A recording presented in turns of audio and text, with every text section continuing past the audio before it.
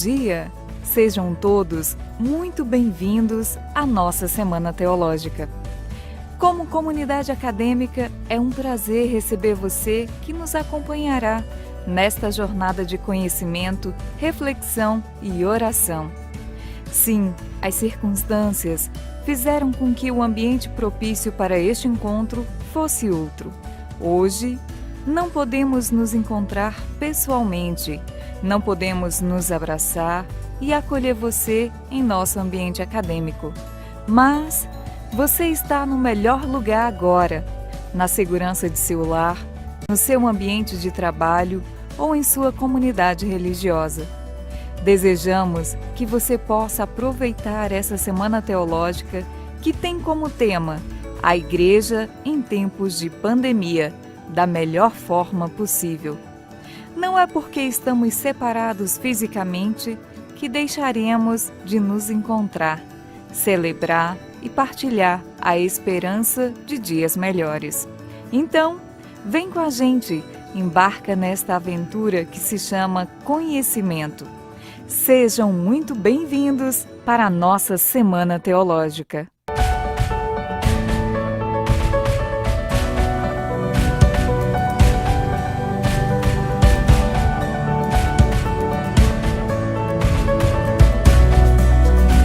Queridas irmãs, queridos irmãos, participantes da Semana Teológica promovida pelo ITESP, com muita alegria me uno a vocês e alimentamos juntos e juntas a esperança de que seja fecunda e nos fortaleça nessa travessia dolorosa nesses tempos de pandemia. Como cristãos e cristãs, consagrados e consagradas, não podemos esquecer a profecia e nesse tempo somos chamadas a sermos testemunhas da esperança, fundamentados e fundamentadas em Jesus Cristo e nele ancorados e ancoradas, vivendo desde a nossa realidade na circularidade do amor, nossa grande força.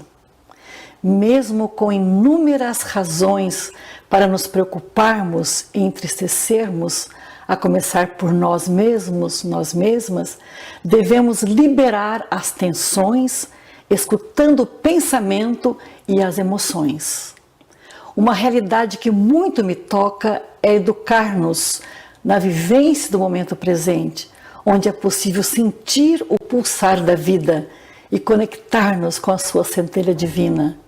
É um aprendizado constante, colocar o passado em seu lugar, que já foi, e o futuro em seu ainda será. Assim, irmãos e irmãs, no presente, calma e conscientemente, podemos distinguir a fala da mente e do coração, que faz mergulhar na essência do nosso eu, de onde nasce a força vital. A vida é curta demais para ser pequena. Vamos engrandecê-la, vamos mergulhar em nossa essência, armazenar o que é fundamental e essencial e relativizar o que é fugaz, secundário e às vezes até inútil. Assim podemos nos tornar profetas e profetisas da esperança e da misericórdia neste tempo tão difícil para nossas famílias, nossas comunidades e de modo particular aos mais vulneráveis. Sejamos profetas e profetisas da esperança.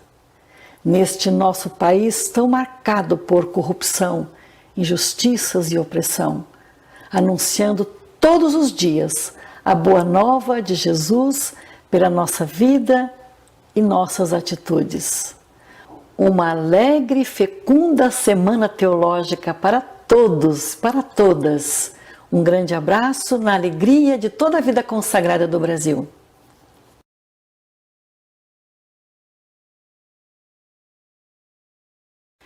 Querido. Bom dia a todos vocês que nos acompanham pelas redes sociais. É com muita alegria que nós saudamos a cada um de vocês que neste tempo que a gente vive nos acompanha pelo Facebook e também pelo YouTube do canal do Instituto Teológico São Paulo ITESP. Hoje nós damos continuidade à nossa Semana Teológica Online, que traz como tema a Igreja em tempos de pandemia. Neste segundo dia de reflexão, partilha e interação, temos como tema específico a questão: Igreja na pandemia, quais são as mudanças possíveis?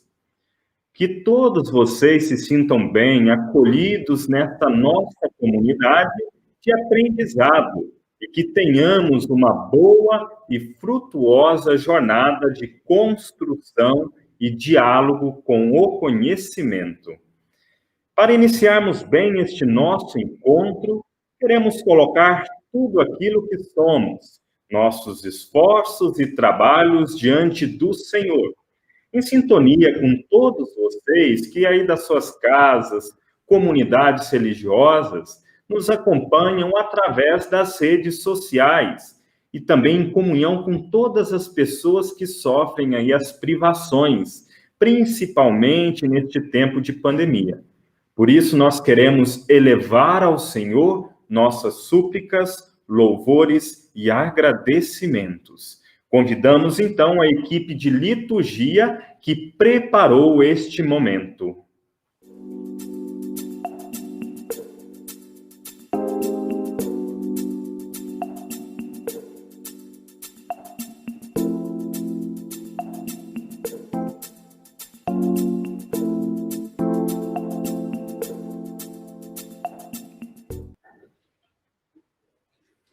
Ao Senhor pertence a terra e o que ela encerra, o mundo inteiro com os seres que o povoam, porque ela a tornou firme sobre os mares e sobre as águas a mantém inabalável.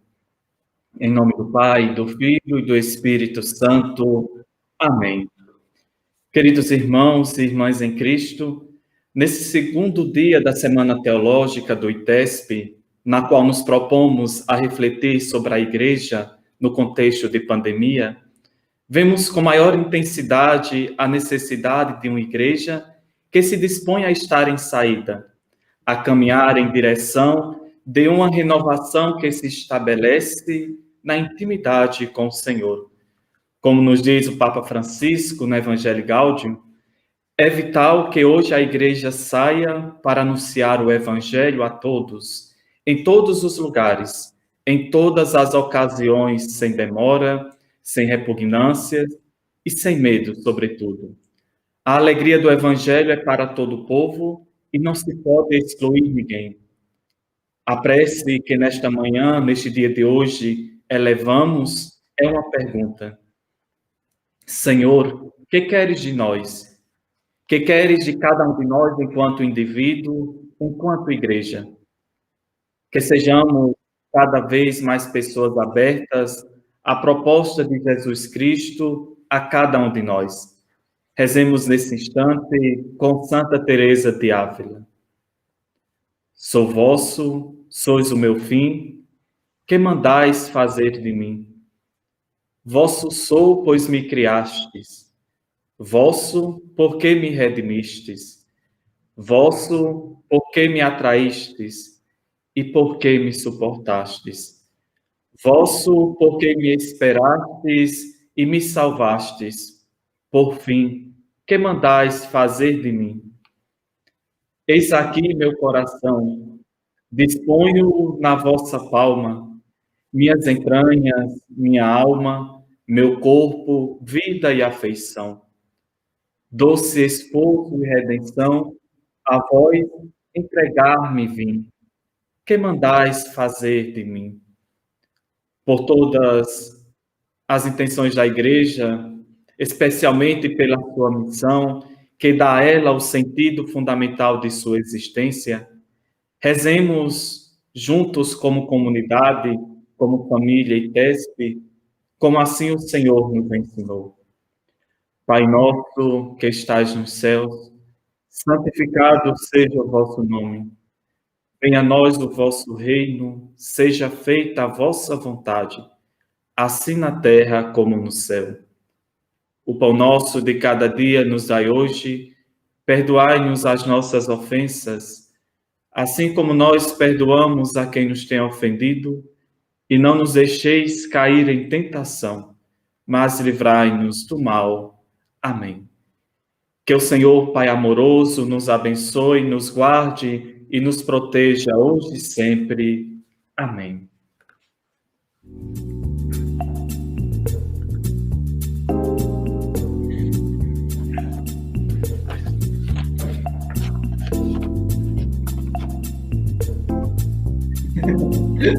Será?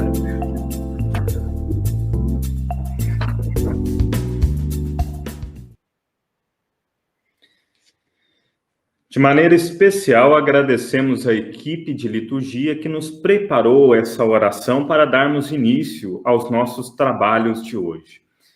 ITESP também é lugar de cultura. Através da cultura, nós somos convidados a aguçar a nossa dimensão lúdica, enriquecendo deste modo toda a nossa reflexão teológica, com o intuito de alargar os nossos horizontes e expressar nossa alegria e fraternidade. Passamos agora ao nosso momento cultural. Hoje, de maneira especial, nós vamos apresentar o Padre João Carlos de Almeida, mais conhecido como Padre Joãozinho, sacerdote deoniano, músico, escritor, para nos abrilhantar com uma mensagem enriquecedora e com um pouco de música também. Vamos lá, pessoal.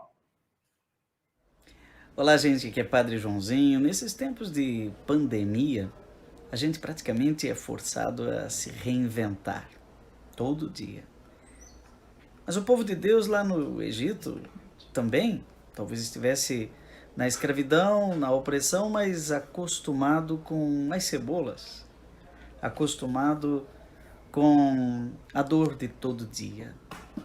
E também lá tinha pandemia. E o povo foi capaz de se reinventar, e Moisés levou o povo para a travessia do Mar Vermelho, depois a travessia do deserto. E é o que nós vivemos agora, não é isso? A gente até já imagina um novo normal, um tempo depois da vacina, mas até chegar lá, temos a travessia, temos o nosso Mar Vermelho. O que é que a gente está fazendo nesse tempo, daqui até maio, junho, julho de 2021. Que o Espírito Santo nos ajude a gente a se reinventar. Ele que é capaz de fazer novas todas as coisas.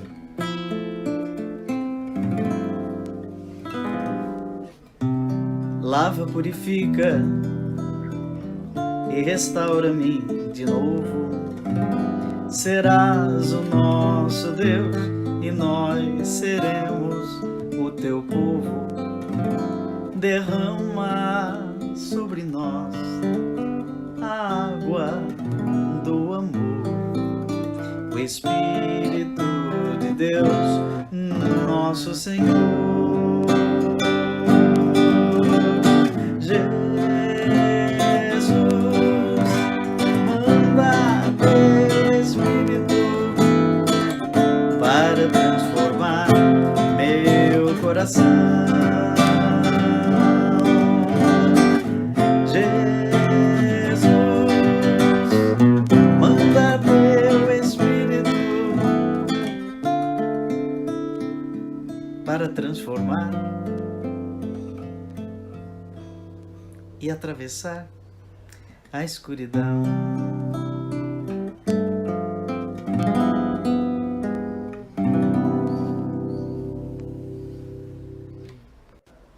Olá, gente. Muito obrigado aí também ao Padre Joãozinho, que anima, que também deixa essa mensagem para nós, junto à nossa Semana Teológica Online de 2020. Muito obrigado, uma alegria muito grande também para o nosso dia, para a nossa caminhada. Neste momento, então, passamos à composição da mesa para a discussão do tema de hoje, Igreja na Pandemia, quais as mudanças possíveis? Para isso, nós iremos convidar a professora Alzirinha Rocha, a qual será palestrante do dia. A Alzirinha Rocha é leiga, bacharel em teologia pela PUC São Paulo, também mestre em teologia pela Universidade San Damaso de Madrid e doutora em teologia pela Universidade Católica de Louvain, na Bélgica. Também é pós-doutora em teologia pela Unicap, onde é atualmente professora e pesquisadora do programa de pós-graduação em teologia da Universidade Católica de Pernambuco, Unicap de Recife. Também é membro da Sociedade Internacional de Teologia Prática, cuja linha de pesquisa é na área da missiologia, cujo autor principal é José Comblain.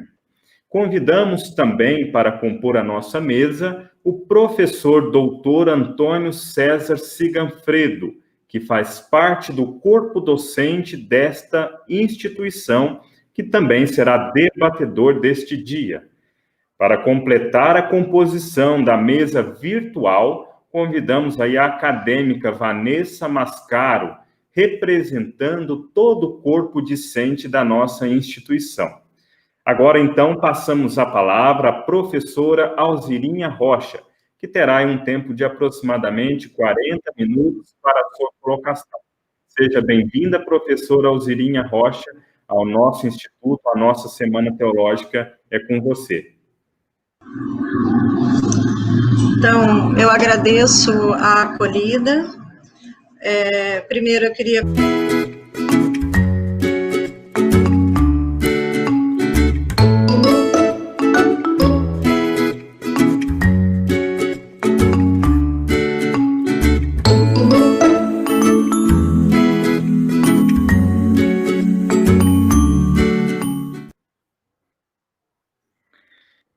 Pessoal, nós tivemos aí problemas técnicos de conexão. Pedimos a todos desculpas e retornamos novamente à nossa reflexão com a professora Alzirinha Rocha. Seja bem-vinda e vamos dar sequência à nossa Semana Teológica.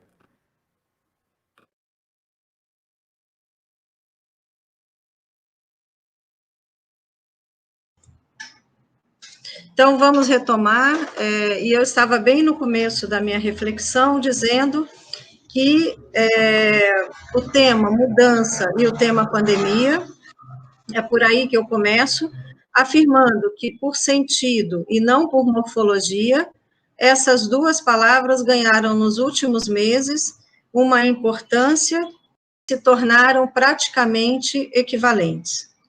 Falar de pandemia hoje é necessariamente falar de mudança.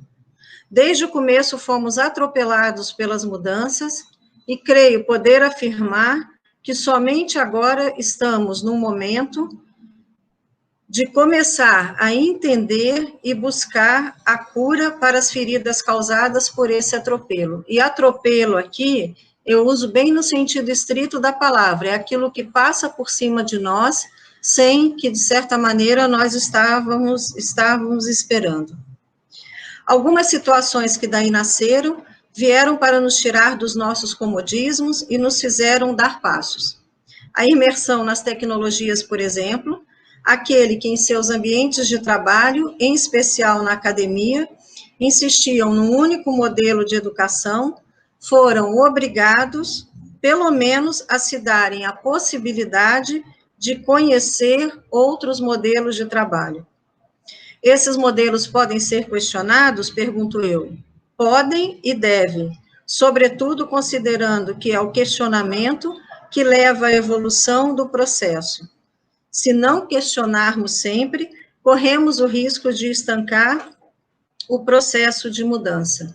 Não é? Ontem eu conversava com o Alosman, que me ajudava a conectar tudo isso e dizia para ele, né, e nós falávamos sobre isso, quer dizer, se não fosse a tecnologia nesse momento, talvez essa Semana Teológica mesmo não pudesse estar acontecendo, não é?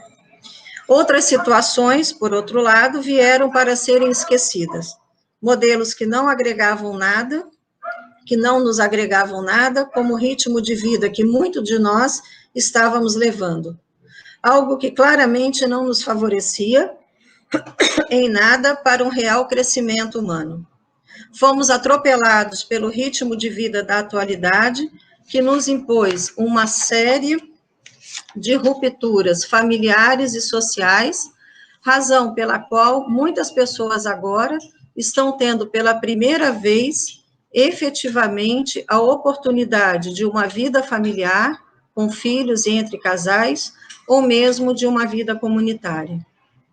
Também vieram as situações que nos levaram a perceber que o que pensávamos ou que tínhamos, ou não tínhamos mesmo, ou que já estávamos perdendo.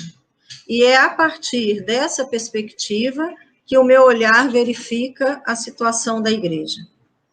A pandemia nos despertou para que formulássemos novas perguntas sobre a dinâmica eclesial, sacramental, litúrgica e comunitária.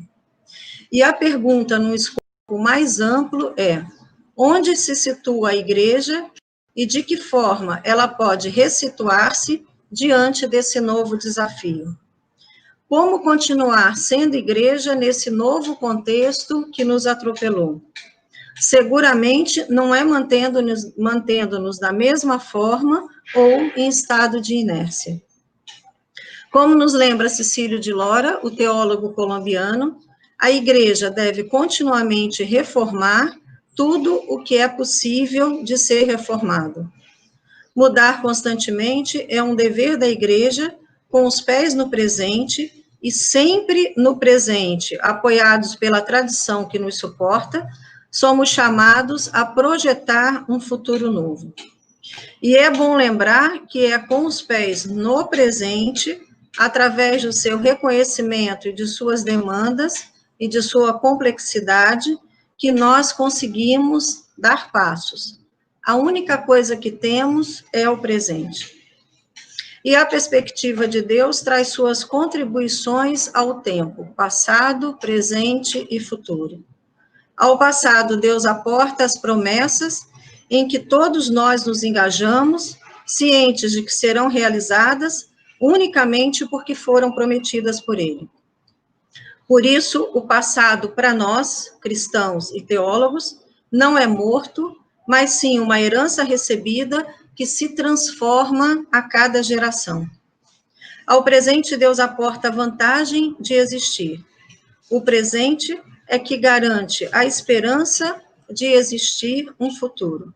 O futuro é aquele que garante que o presente não será em vão, que será ultrapassado pelas gerações futuras. O futuro dá sentido e densidade ao presente. E nada mais do que isso nos permite mudar continuamente. A responsabilidade que temos com a formação no presente das novas gerações, que serão solução de continuidade do anúncio da pessoa de Jesus, isto é, da igreja mesma.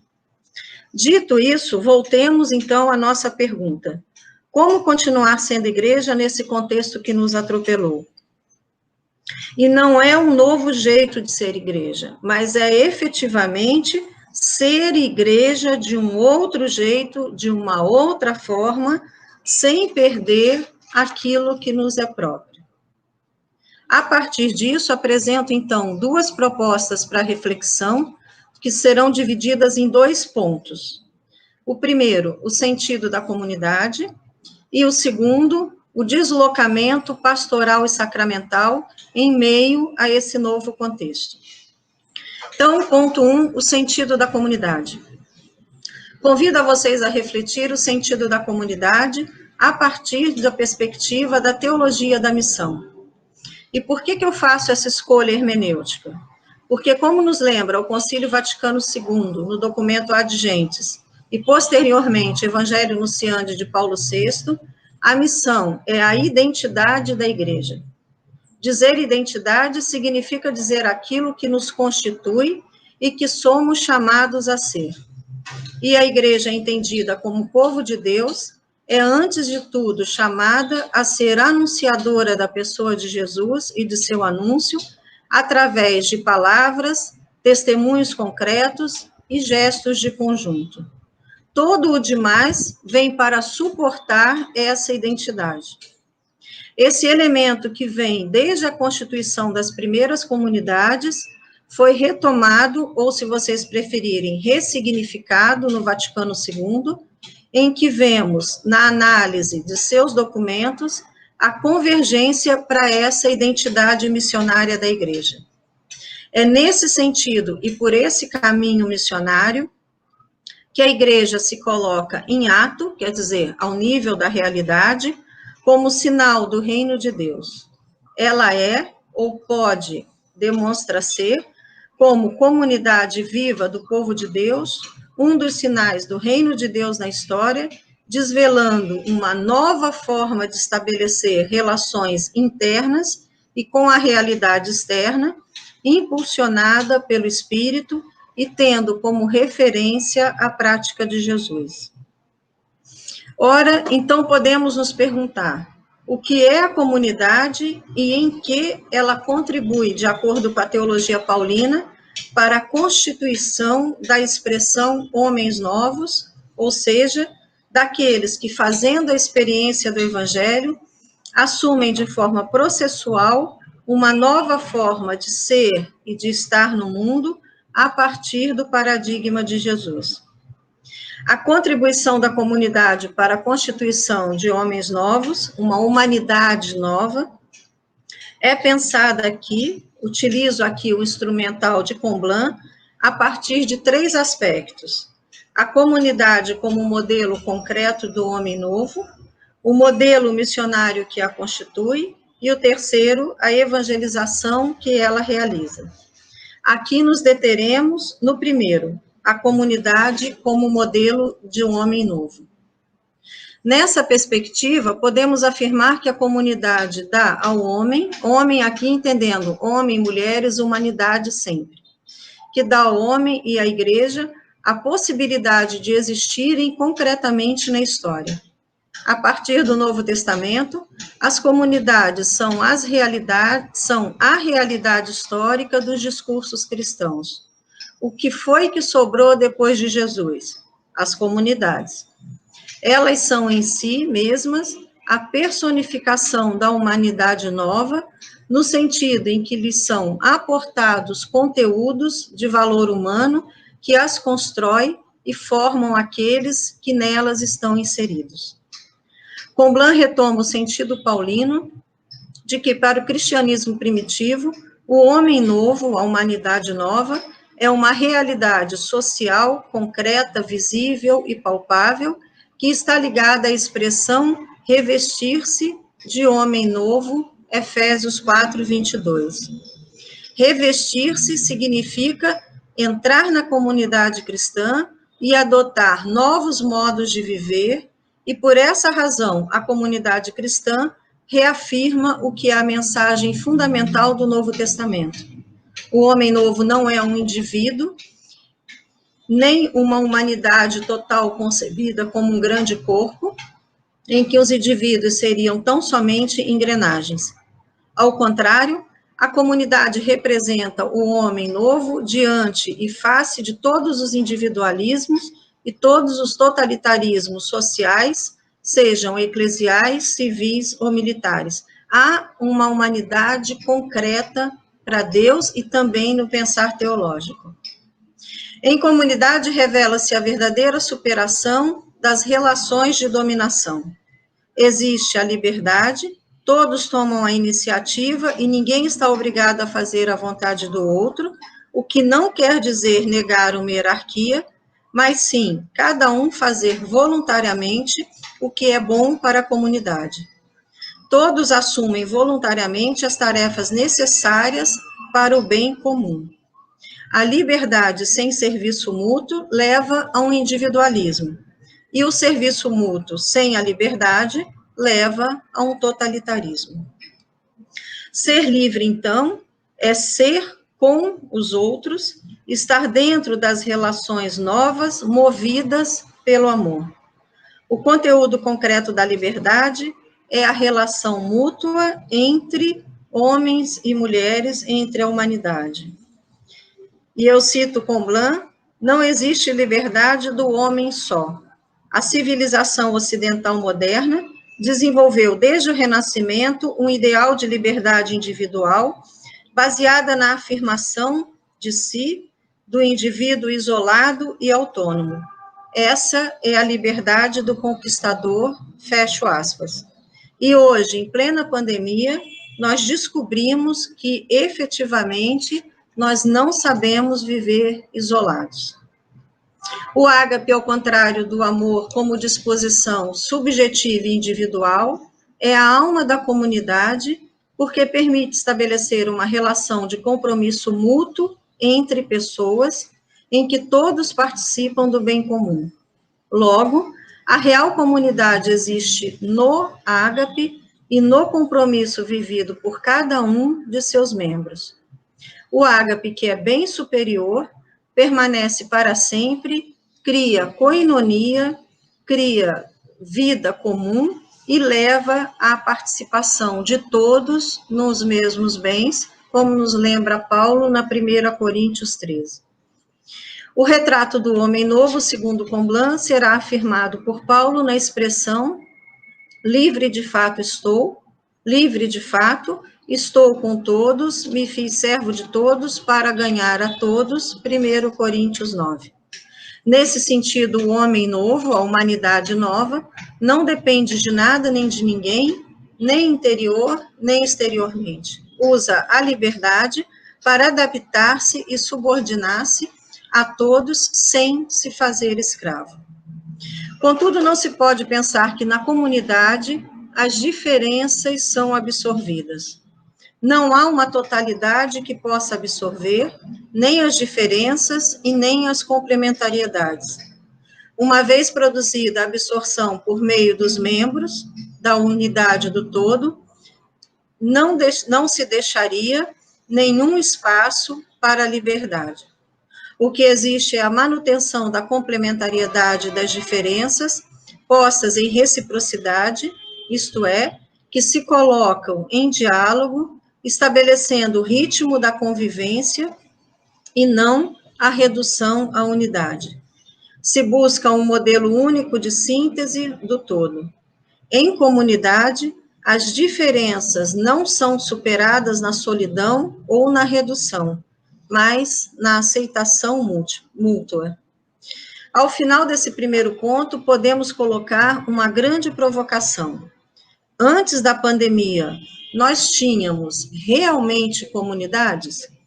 Ou seria esse o primeiro ponto de mudança sobre o qual deveríamos refletir para sermos igreja de uma outra forma? Algumas vozes insistem hoje na expressão recuperar comunidades, no sentido de trazer de volta o que existia, sem perceber muito claramente que nem todas as vacinas possíveis, nem com todas as vacinas possíveis, nada voltará a ser como antes.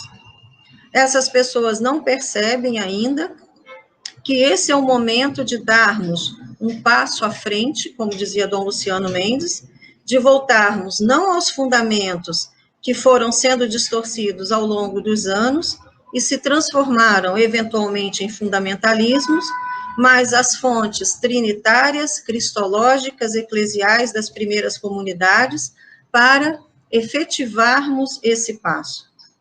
As mudanças são exigidas de nossa parte, porque as mudanças externas já se concretizaram e não podemos insistir mais em nos mantermos num passado que, mesmo remontando somente a 6 meses ali, e nós estamos falando de março até hoje, não responde mais a um contexto atual.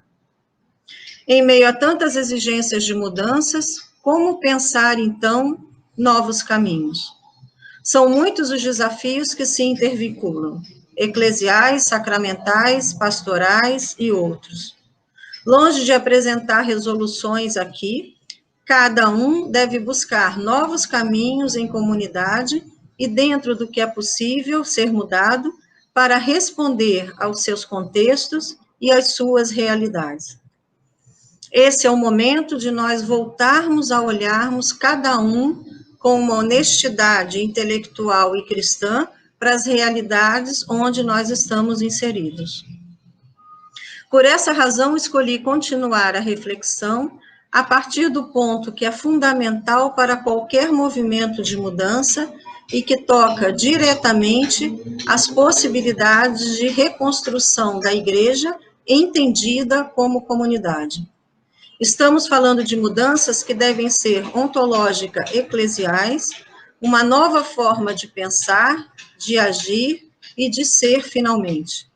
Algo que não seja aparente, pois nessa condição já vimos que possivelmente temos muitas comunidades, mas o que precisamos é de mudanças que existam em sua essência e determinem a forma como a igreja de agora em diante se fará sinal do reino de Deus no mundo nesse novo contexto pandêmico. Nos últimos anos, notadamente após João Paulo II, voltamos a insistir numa igreja sacramental. E aí eu começo a reflexão sobre o segundo ponto, o deslocamento pastoral que nos é exigido hoje, não é? Nos últimos anos, então, dizia eu, notadamente após João Paulo II, voltamos a insistir numa igreja sacramental. Não que ela seja ou não devesse ser, mas foi sendo realizado uma identificação nos últimos anos entre comunidade, em ser comunidade, com um elemento sacramental. Como se o ser comunidade se reduzisse a esse elemento sacramental. Ora, tudo que se acentua num único aspecto tende à distorção de alguma coisa. A sacramentalização da igreja distorceu a essência da comunidade, pois passou a pensar os sacramentos quase que como um consumo individual. Quantas pessoas entram e saem das nossas igrejas nas celebrações dominicais e não temos a menor noção de quem está sentado ao nosso lado? Quantas pessoas deixam de fazer a experiência de ser comunidade unicamente porque não são acolhidas? Não sabemos até hoje quem entra e sai das nossas igrejas. Poucos são os sacerdotes que, ao final da celebração, se colocam à porta de saída para cumprimentar as pessoas, e muitos são os leigos, e eu sou leiga, que estão em comunidade e se apoderam das comunidades e não abrem espaços para os que chegam ou para os que aí estão, já de forma quase que anônima. Centrar-se na sacramentalização significa constituir-se a partir de uma hierarquia de poder. Aqueles que celebram os sacramentos, sejam os padres, sejam os raros leigos naquilo que lhes cabe, são os, entre aspas, detentores do poder, ou podem assumir essa perspectiva, da comunidade.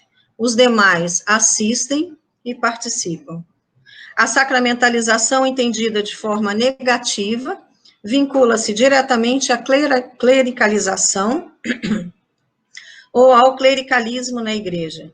E a pandemia desvelou isso de forma ainda mais sistêmica. Muitas comunidades, em vez de incentivarem a Páscoa familiar, por exemplo, incentivaram que as pessoas se colocassem na frente das TVs e dos computadores para assistir, e agora assistir passou a ser literal, na frente das telas, as celebrações. Vejam bem, uma coisa não anula a outra, mas podemos citar as pessoas que lamentavam, e pelo menos com as que eu me relaciono não foram poucas, que lamentavam a pandemia porque esse ano não haveria Páscoa. É curioso pensar, e por acaso a única forma de celebrar a Páscoa é através das celebrações das Semanas Santas, ligada a uma estrutura hierárquica eclesial? Por que é que perdemos? E é uma pergunta que eu coloco, não é, na minha reflexão. Por que é que perdemos a chance de refazer essa sacramentalidade dependente, se compreendida sem um elemento comunitário de que falamos na primeira parte da nossa reflexão? A mesma reflexão vale para a Eucaristia, por exemplo. O próprio Papa Francisco, na homilia de 17/4 agora, de 2020, expressou que a Eucaristia pela TV unicamente é um modelo excepcional, especial de igreja, e não substitui o presencial e não deve se perpetuar. Fecho aspas. E se essa pandemia se perpetuar, tal excepcionalidade vai até quando? Me perguntava eu.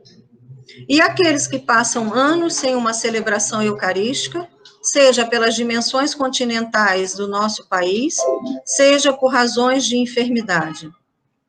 Já não viviam eles nessa condição excepcional que o Papa faz referência? Como não admitir hoje que o Verbo se fez bite, como nos lembra Moisés Bardelotto, que é o título do seu livro, o pesquisador da Unicinos? A pandemia não inventou a roda. As celebrações midiáticas já aconteciam, haviam mais de 20 anos, ou eu diria desde os anos 50, portanto, bem antes da pandemia, e ousávamos dizer que eram momentos de encontro com a comunidade. Existiam já há muito tempo as missas, entre aspas, enlatadas, ficaram apelidadas assim, que eram celebrações gravadas antecipadamente para ir ao ar ao domingo, sem nenhuma participação da comunidade, depois evoluiu para as missas gravadas em estúdio, ao vivo, ainda sem a comunidade, e, finalmente, as missas ao vivo transmitidas com a presença, entre aspas, da comunidade. E, nesse caso, muito entre aspas, pois essas comunidades são, notadamente, de grandes santuários, que são constituídos, em sua grande maioria, por peregrinos de passagem, quer dizer, não é uma comunidade fixa, não é?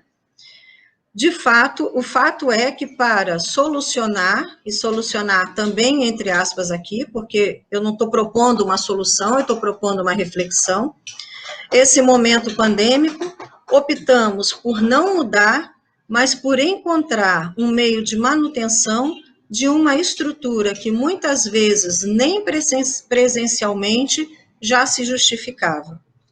A celebração eucarística virtual, sem a presença dos fiéis, que deveria ser pensada como um passo último de celebração de uma vida comunitária vivida, e não como o fim da vida cristã em si mesma, passou a ser acolhida com naturalidade por conservadores e progressistas, bispos e leigos e leigas, religiosos e religiosas, como uma realidade que deve ser assim e já está. Transportamos o que era o presencial para as mídias visuais, muitas vezes sem nenhum preparo prévio. Vejam o que está sendo transmitido pela internet. Eu não estou querendo fazer grande crítica a ninguém, não é? Mas eu tenho acompanhado pela minha pesquisa algumas, todas transmissão, porque agora você acha de tudo no campo da internet, e algumas realmente precisam ter ajustes, inclusive, de ordem litúrgica. A gente sabe disso, não é? O clericalismo e a dependência sacramental estão tão incorporados nesse sentido na igreja e em todos os níveis, que não foram pensadas respostas, ou foram pensadas raras respostas pastorais, que fossem mais além da oferta sacramental e pudessem responder ao momento novo em que todos nós fomos lançados. Momento novo, talvez, que fosse o tempo propício de propor também o que é novo. De um dia para o outro, famílias se viram encerradas em seus próprios espaços familiares. Por que é que não propusemos a novidade da igreja familiar, da igreja doméstica, da leitura familiar da Bíblia, da convivência familiar a partir também desse referente, mas com as TVs desligadas? O que me parece é que oferecemos uma resposta de manutenção de uma autorreferencialidade eclesial que reforçou o individualismo num momento em que as pessoas precisavam reaprender a ser comunidades e muitos de nós estamos reaprendendo a convivermos em comunidade. Insistimos em celebrar sem o povo e não motivamos o povo a celebrar entre si. Parece que preferimos voltar ao exercício de uma liturgia tridentina, na qual o sacerdote celebrava as missas sem o povo e de forma privada. Saltamos novamente por cima do Concílio Vaticano II e de sua eclesiologia Povo de Deus, que, unida à reforma litúrgica, deu um giro de sentido à compreensão de que o sacerdote preside a Eucaristia como parte do povo de Deus, como está especificado na Presbyterorum Ordinis. Esquecemos novamente que a Eucaristia é a ceia do Senhor e não a missa que termina ali,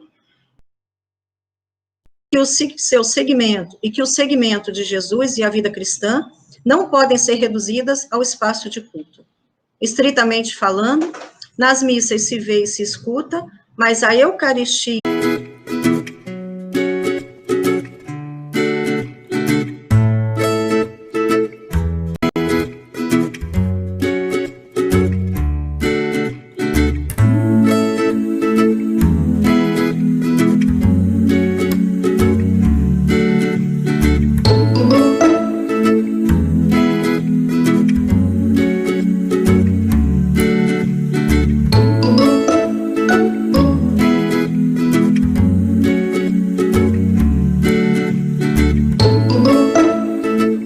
somente por desejá-lo.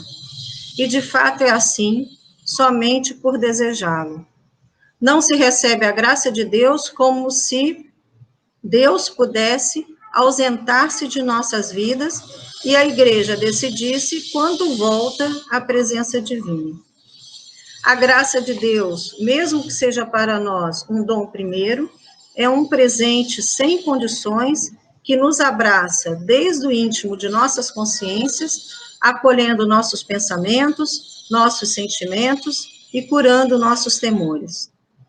Todos e todas em nossas casas e comunidades já fomos agraciados, abraçados e perdoados. Isso foi, em última instância, o que Jesus nos revelou quando nos apresentou Deus, que, como um pai, nos ama desde suas entranhas, e das entranhas como se fora uma mãe. E justo por isso, Jesus pôde reconhecer em seu tempo mais um elemento de fé nos supostos infiéis e impuros, nos excluídos do templo, que foram, inclusive, os seus primeiros interlocutores. Então, podemos nos fazer uma terceira pergunta. Por que é que não nos permitimos hoje fazer um jejum do pão e comungarmos a palavra com tranquilidade, sem um peso na consciência e sem impor esse peso às pessoas? O desafio encontra-se em compreender que, à luz da eclesiologia Povo de Deus, todos, bispos, cleros, religiosos e religiosas, leigos e leigas, somos iguais pelo batismo. Devemos empoderar a cada um em suas casas com o evangelho e não transmitir unicamente a ideia de uma instituição eclesiástica que somente se preocupa com o cumprimento de regras e atos litúrgicos. O desafio encontra-se em mudar ou em recuperar a perspectiva missionária de cada batizado, que é movido primeiramente pela força do evangelho, em realizar o deslocamento das normas de algo que já nos foi dado por Deus e confirmado pela pessoa de Jesus, em anunciar que quem está preso pelo vírus somos nós e não a graça de Deus. É interessante pensar que o documento de Aparecida, ele diz de transformar uma igreja de batizados em uma igreja de missionários, não é? Igualados todos pelo batismo, somos missionários. Primeiramente, o desafio para essa mudança está em reconhecer que continuamos ancorados a modelos autorreferenciais de pastoral de conservação. Outrora, se pensava que onde não chegam os sacramentos, não chegam a graça nem a salvação. Se é assim, o que diríamos nós em relação aos cristãos anônimos de Calhânia? O Concílio Vaticano II, na Lumen Gentium, situou a centralidade eclesial em torno do povo de Deus, que somos nós, os batizados. A Eucaristia, por sua vez, é uma celebração da comunidade da qual o presbítero participa junto com a comunidade, nunca só e em privado. Não há missa sem o povo de Deus. O decreto Presbyterorum Ordinis número 13 não faz referência a celebrar a Eucaristia sem a Assembleia, sem o povo, mas aclara que, embora seja a função específica de celebrar a Eucaristia seja concedida ao presbítero, sua identidade exclusiva nasce da palavra, Presbyterorum Ordinis 4. E é em torno da palavra que o ministério ordenado se une a qualquer ministério e carisma, encontrando aí sua fonte e sentido. Dessa forma, o presbítero, entre tantos da comunidade, há de se nutrir e compartilhar a palavra com todos e todas, como um a mais do povo de Deus. Certo está que essa situação que vivemos atualmente exige de nós uma grande criatividade pastoral e não receitas.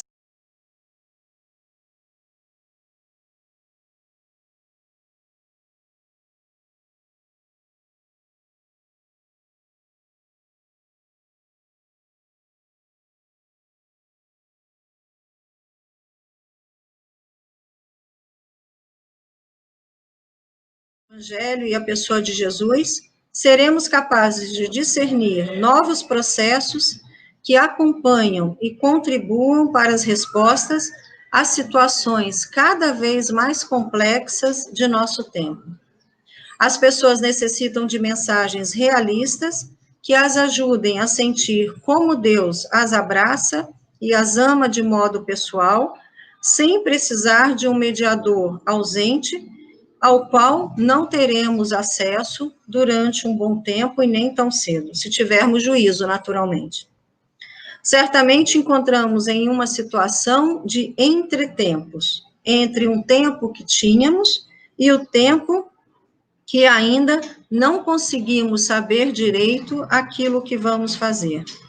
Razão pela qual buscamos as melhores formas de mudança.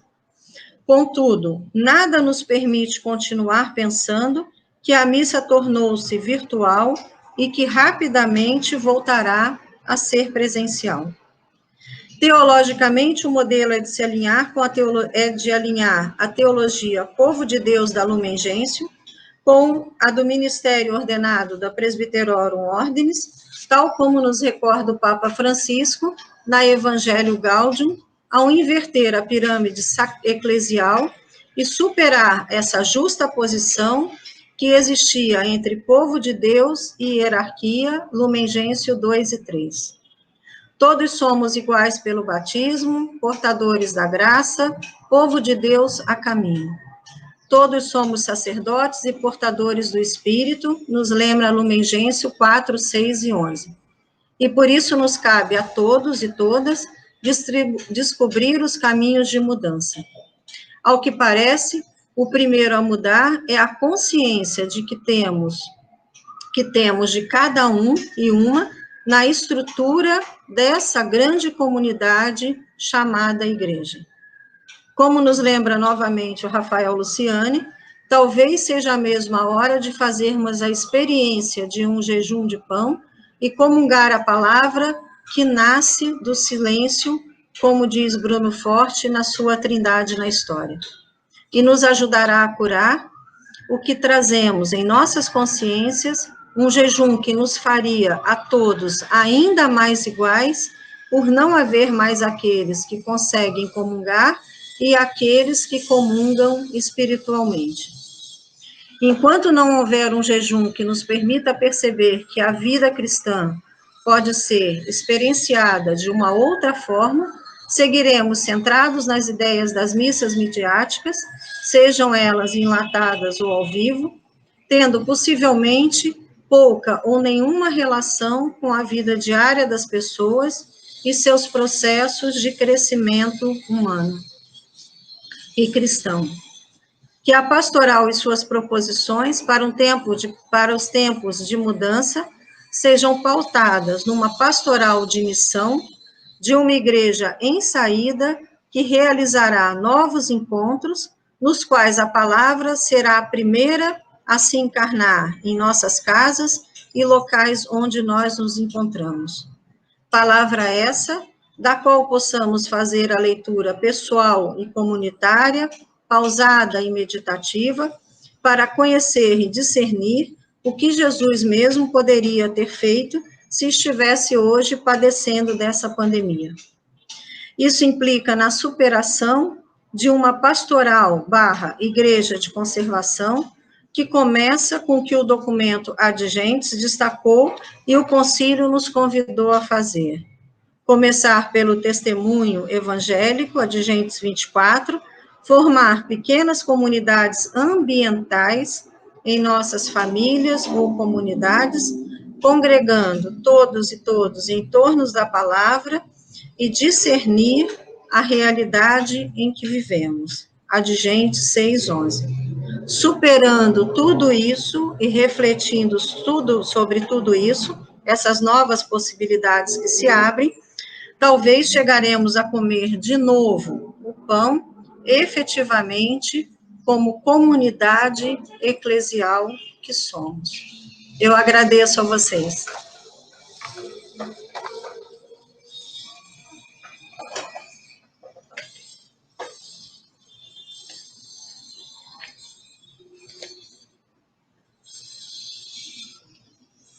E eu fico à disposição, né, se para alguma colocação.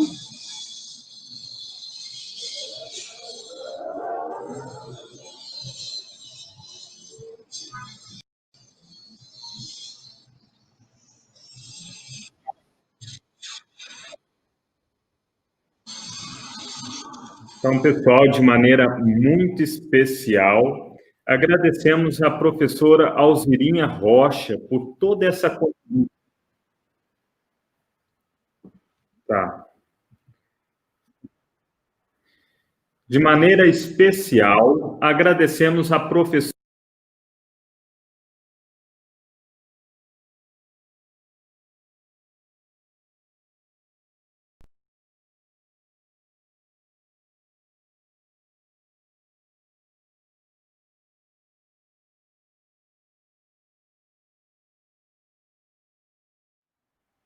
A minha ou a sua?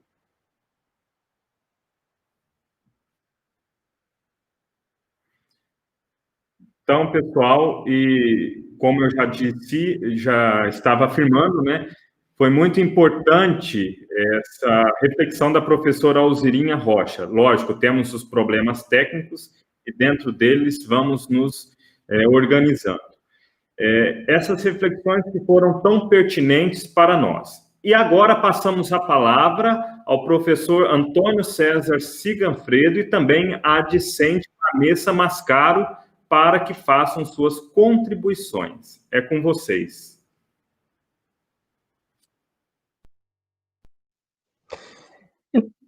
Então, eu quero agradecer à professora Alzirinha pela sua conferência, ela que nos iluminou com todo o seu conhecimento, a sua experiência, e eu destaco, então, esses dois títulos que ela nos apresentou, esses dois argumentos que ela desenvolveu conosco, a questão da identidade da comunidade cristã e também essa provocação a ir além do modelo de uma igreja apenas sacramental.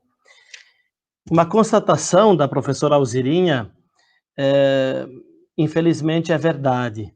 Ela disse assim: nós estamos ainda ancorados em um modelo de autorreferencial de conservação. E não é por nada que a principal solução que foi apresentada diante dessa pandemia foram as missas transmitidas e as missas enlatadas. Eu não conhecia essa expressão, as missas enlatadas, eu considerei até bastante cômica.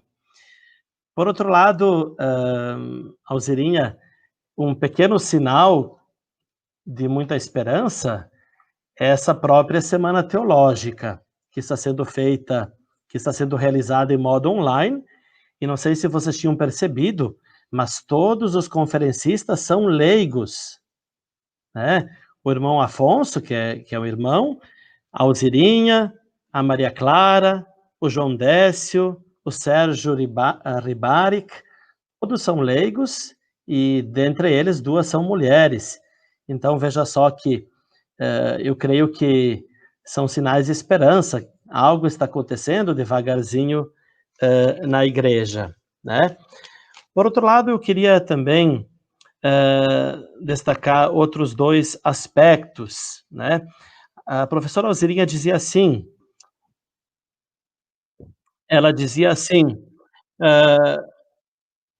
nós estamos realizando um jejum do pão, por enquanto, embora devagarzinho as comunidades já estão começando a serem abertas. Por outro lado, não deveríamos fazer um jejum da palavra, né? Esse é um grande desafio, Alzirinha. É um grande desafio para todos nós e creio que nós devemos continuar investindo nesse aspecto, mas de fato é um grande desafio. Não é por nada que muitas pessoas se sentem perdidas pelo fato de não poder celebrar a Eucaristia presencialmente. Por outro lado, uma expressão que você utilizou e que eu considerei muito significativa, você disse assim: a igreja não foi fechada. A igreja, enquanto povo de Deus, não foi fechada, né? Porque se nós perguntarmos para uma boa parte dos nossos cristãos católicos, eles vão dizer, infelizmente, a igreja está fechada, né? Mas nós não estamos ajudando-os a compreender que a igreja não foi fechada. Essa compreensão da igreja como povo de Deus, essa compreensão de que quem é batizado tem uma dignidade muito grande, tem a dignidade que lhe é conferida pelo batismo, ainda não entrou na mentalidade e no coração dos nossos cristãos, por culpa, muitas vezes, especialmente talvez, do clero. Eu gostaria de fazer uma colinha aqui da professora Maria Cecília Domezzi, porque, não sei se vocês viram, mas a vida pastoral da Paulus, que saiu agora, tem justamente esse tema que nós estamos trabalhando hoje. Perspectivas pastorais para a igreja em tempo de pandemia. E a professora Maria Cecília Domezzi, que, se não me engano, estará amanhã como debatedora, ela trata justamente de 3 aspectos, 3 propostas. Ela apresenta o seguinte: o desafio de sair do clericalismo, né, e do culto sem vida, né? A professora Alzirinha sublinhou muito essa questão do culto sem vida, né? Um segundo aspecto, ser igreja na comunhão das pequenas comunidades, né? Um desafio tão grande que é apresentado também no plano, que é apresentado como nas diretrizes gerais da ação evangelizadora do Brasil até 2023 e que continua por muito tempo, com certeza. E o terceiro aspecto que a professora Domezzi sublinha é a questão da defesa da vida, sobretudo dos mais pobres e dos mais vulneráveis. Eu gostaria também de apresentar um pouquinho um aspecto da minha própria experiência. Por mais que nós tentemos apresentar para os nossos paroquianos, já que eu também sou pároco de uma pequena paróquia, mas é muito difícil superar a mentalidade individualista. Por exemplo, eu procuro sublinhar bastante a necessidade de ser comunidade, de que nós somos uma comunidade, mas ainda para uma boa parte prevalece uma mentalidade individualista. A minha oração, vou à missa, depois volto para casa, ou assisto na televisão e depois permaneço com a minha espiritualidade pessoal. Um outro aspecto que é um grande desafio hoje em dia é a questão dos jovens, né? Especialmente dos jovens. Aquele desafio que o Thomas Halik diz, nós não podemos mais contar com a questão do ser cristão. Nós temos o desafio de ajudar, especialmente os nossos jovens, a tornar-se cristãos, né? Que desafio tremendo. Até Até algumas décadas atrás, nós tínhamos um tecido social que, nesse sentido, nos ajudava mais. Agora, nós temos muito mais dificuldade, mas, com certeza, também os frutos do nosso esforço serão frutos muito mais saborosos. E, em terceiro lugar, eu queria também sublinhar aquilo que a professora Domèzzi já dizia, aquilo que é sublinhado bastante também na revista Vida Pastoral, a necessidade de formar pequenas comunidades. E nesse sentido,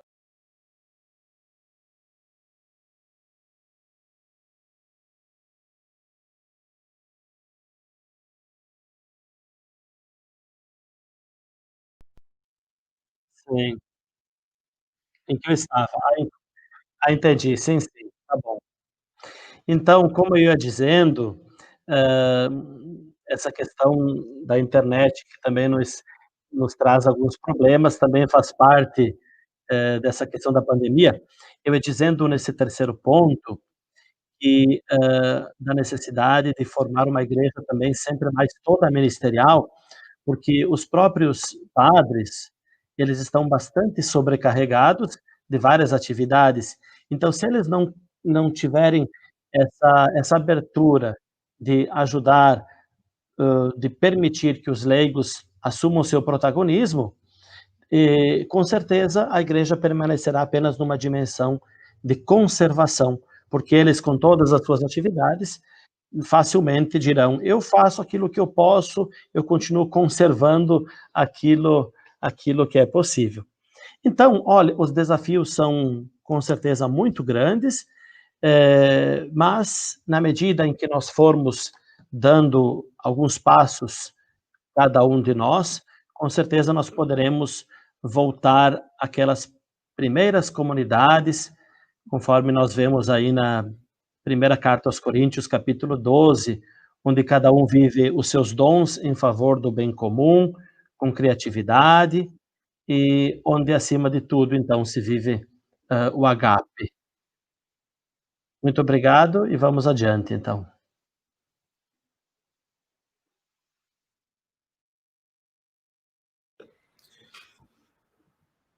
Muito obrigado, então, ao nosso professor, doutor Antônio César Ciganfredo, pelas reflexões, também pelo diálogo nessa nossa Semana Teológica hoje, discutindo o tema das mudanças que a gente traz em relação ao entorno do que nós vivemos na pandemia. Agora nós passamos a palavra para a Vanessa Mascaro, que é a discente que hoje representa todos os alunos no nosso Instituto São Paulo de Estudos Superiores.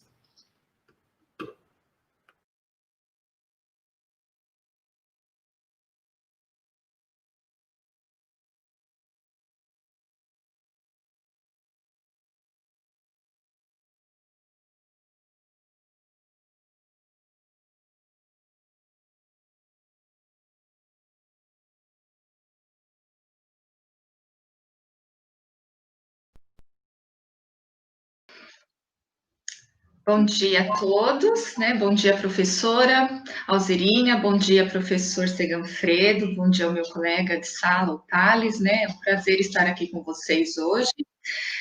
Agradeço à professora pela reflexão, né, por suas colocações que trazem para nós, no segundo dia de Semana Teológica, o que é ser e estar, né, uma nova igreja hoje. Então, assim, refletindo um pouco sobre esse questionamento, nós percebemos que pandemia, né, assim, a igreja já passou por tantas pandemias e ainda hoje enfrenta mais essa pandemia. Então, se tivéssemos que fazer um retrocesso aí para buscar esse termo pandemia, podemos perceber que na história do mundo já houve várias, como, por exemplo, na Baixa Idade Média, com a peste negra, né, que veio também da China e matou milhões de pessoas na Europa. Em 2018, a gripe espanhola, matando muita gente. E agora, em 2009, essa gripe, quer dizer, em 2009, a gripe suína vinda do México, em 2014, o ebola, e agora, em 2019, vindo da China, também o coronavírus, né? E colocando o mundo em uma situação difícil, todo mundo tendo que mudar, as mudanças, né? Como você colocou aqui também, mudança como sinônimo de pandemia. Como a igreja pode mudar isso? Como viver e ser uma nova igreja hoje? Eu vejo também, assim, nas pastorais com que eu participo, muitos questionando: a igreja fechou, o templo fechou, devolvam-nos a Santa Missa. Mas será que a comunhão tem prazo de validade? Então, às vezes, eu fico me questionando essa colocação que as pessoas fazem, né? Devolvam-nos a Santa Missa. Claro que agora, assim, estamos retornando aos poucos, algumas paróquias colocam senha para os fiéis entrarem, ou colocam aquela situação: se você é grupo de risco, ou é criança, não participem das celebrações. Então, são colocações que nos trazem a refletir o nosso modo de ser e estar igreja. Será que realmente é isso a igreja em saída? Você colocar, fazer essa colocação de deixar a pessoa um pouco excluída e celebrar somente com alguns. Então, tudo isso foi, assim, eu fui me questionando ao longo do que você ia trazendo nas suas reflexões. Então, eu percebo, né, que realmente esse tempo de pandemia nos faz estar presente nas nossas casas e na vida das pessoas de uma forma nova, né, por meio de mídias sociais. Eu vejo aí a atuação da Pascom também, como ela se desdobrou nessa época de pandemia para levar a missa até as casas das pessoas, né, a igreja doméstica, tudo online. Então, eu acredito que estamos descobrindo uma nova forma de nos fazermos presente nas casas, nas famílias e nas vidas das pessoas. E as pessoas também estão descobrindo este novo modo de presença, de participação de vida em comunidade. Então, assim, é uma dinâmica nova, estamos tentando nos adaptar, mas eu percebo que existem, assim, está surgindo dois tipos de cristãos: os muito tradicionalistas, que querem nos devolvam a Santa Missa e não estão preocupados com os demais, com os grupos de risco, com as pessoas mais frágeis, e os outros que são realmente aqueles que estão querendo levar o evangelho de uma forma diferente, mas pensando no próximo, no cuidado mútuo, e achando formas de fazer essa celebração, seja na igreja doméstica ou seja numa igreja em saída, né? A forma de missão, a igreja missionária, a igreja que se preocupa com o migrante, com o pobre, com o vulnerável, com os mais necessitados. Então, eu agradeço as suas colocações, foram realmente luzes, e que essas luzes possam nos inspirar a realmente ser nova igreja. Obrigada.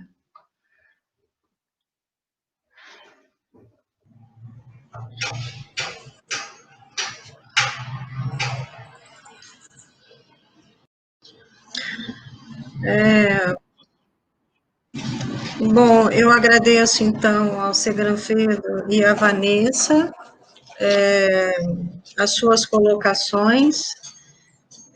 Eu nem sabia que a Cecília tinha escrito esse artigo na Vida Pastoral, tão convergente, o que significa, o que é um bom sintoma, sinal de que estamos todos pensando em conjunto dentro de um mesmo caminho.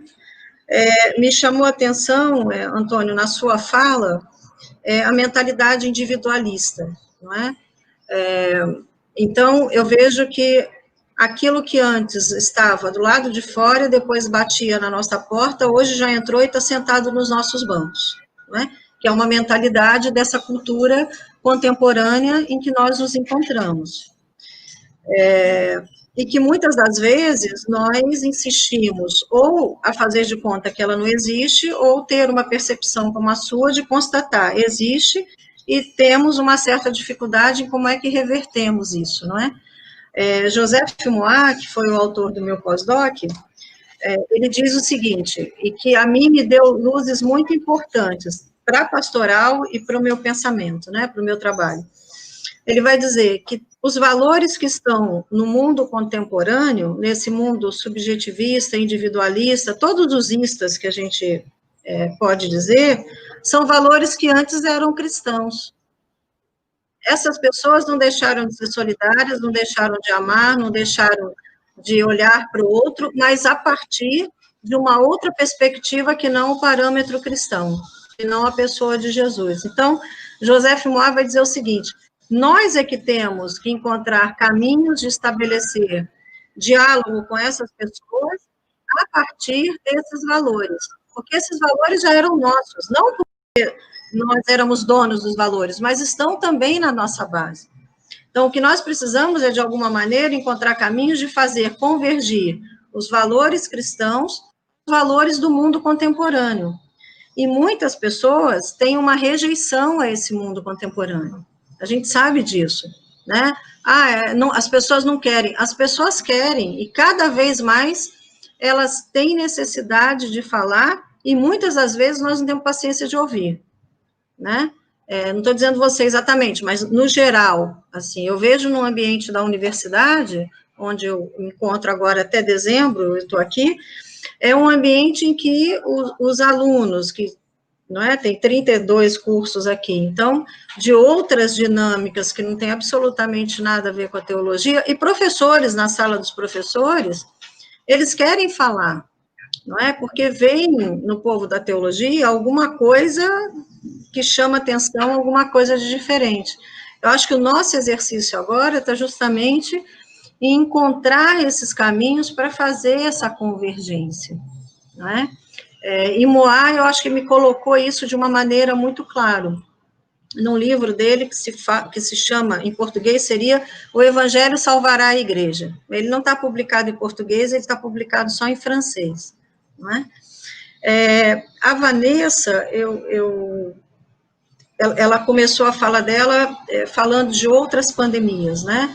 E, de fato, Vanessa, você tem toda a razão, nós passamos por outras pandemias, mas, às vezes, olhando o contexto hoje, a partir da teologia prática, porque a minha área de pesquisa do escopo maior é teologia prática, e aí eu me encaminhei para pastoral, Trindade Pastoral, às vezes eu tenho a impressão, tal como esse povo negacionista hoje nega a pandemia, eu tenho a impressão que a igreja tenta responder, quer dizer, não é? Nós, e a igreja, eu estou me colocando também nisso, não é? Claro, tenta responder hoje com respostas lá da primeira pandemia da peste negra. Sabe como é que é? Vamos rezar porque vai resolver. Não vai resolver. Quer dizer, pode ajudar, não estou dizendo que a oração não serve para nada, mas não vai resolver. É esse povo negacionista que a gente encontra hoje por aí. Não é? Não existe a pandemia, isso é uma gripezinha, né? Não precisa usar máscara, podemos já voltar todo mundo para dentro da igreja, não é? Então, aqui em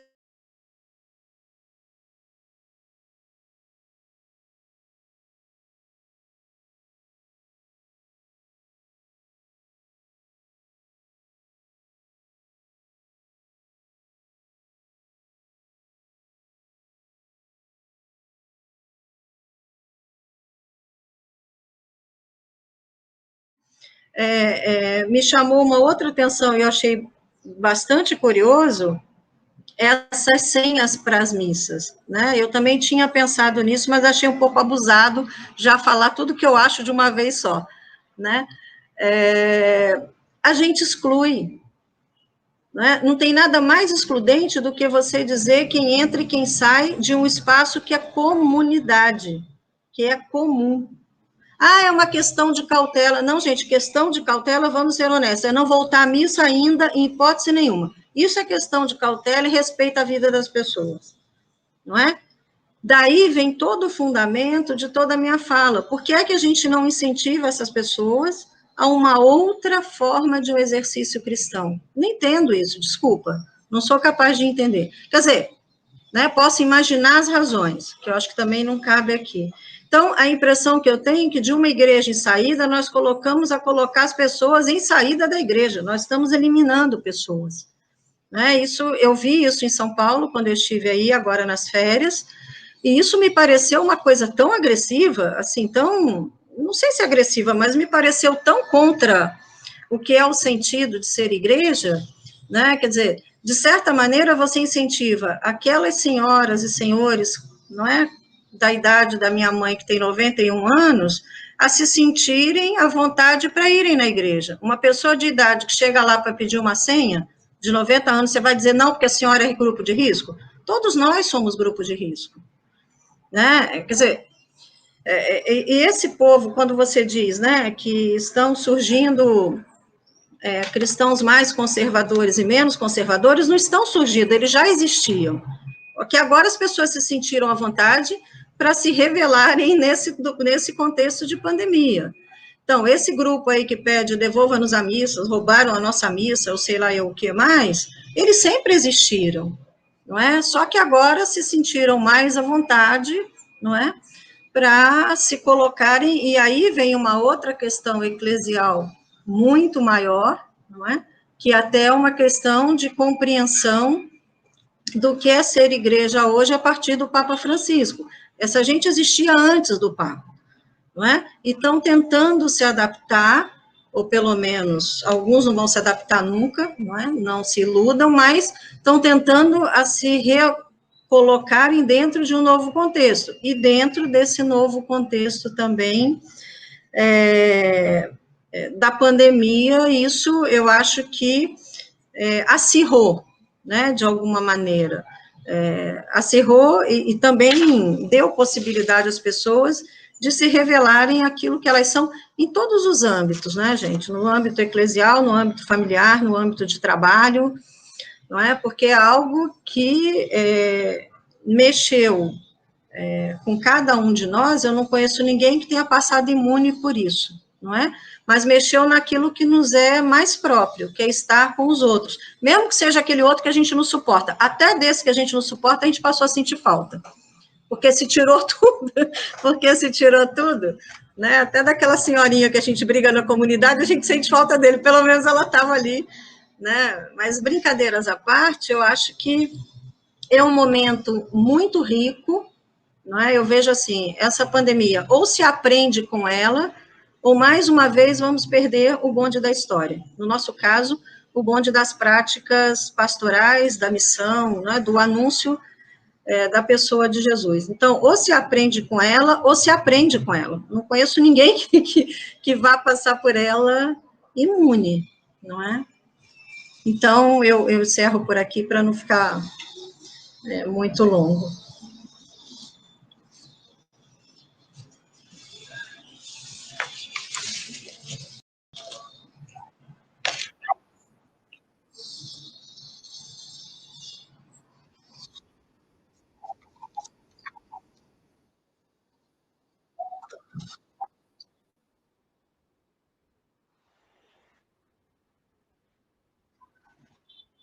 Para mim está normal, ele. Tá, você me fala. Então, agradecemos a professora Alzirinha pelas reflexões, também a aluna Vanessa Mascara, ao professor Siganfredo.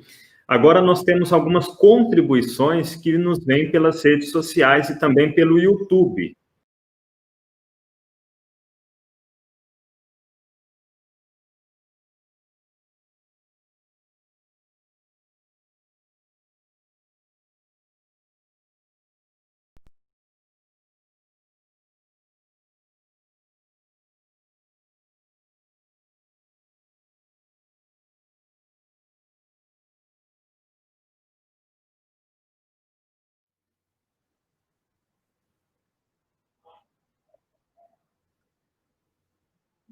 Então, pessoal, vamos retornando aí, lutando com a internet, também as dificuldades que a gente encontra nesse tempo de pandemia, não é mesmo? E alguns comentários nos chegam. Por exemplo, o Salles Melo, que nos acompanha, está encantado com esta maravilhosa reflexão. Para ele, a pandemia não inventou a roda. Toda a Amazônia e lá vivemos há anos. A realidade é que as comunidades se reúnem para celebrar a palavra. Justamente esse aspecto eclesial, da Páscoa doméstica, não é mesmo?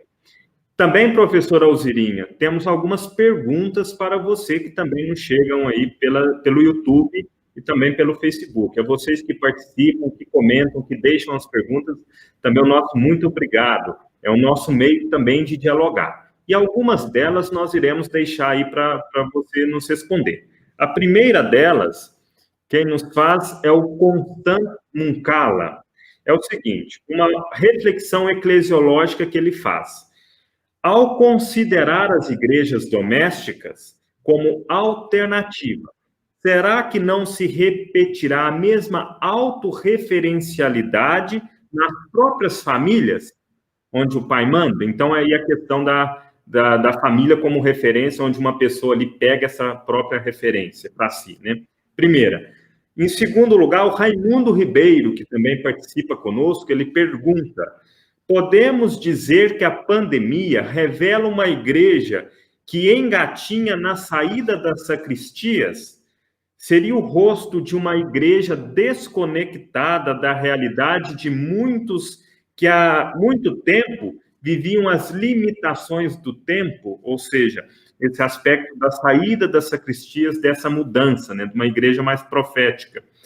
E também o Gabriel Gaúba, que também nos acompanha, deixou a sua reflexão e também uma pergunta: como conciliar a reflexão que defende a igreja doméstica em relação aos novos meios que a igreja deve adotar para continuar a se fazer presente na vida do povo de Deus, apesar dessa pandemia? Ou seja, a relação que a igreja tem justamente pelos meios aos quais ela se faz presente aí nas famílias durante o tempo da pandemia.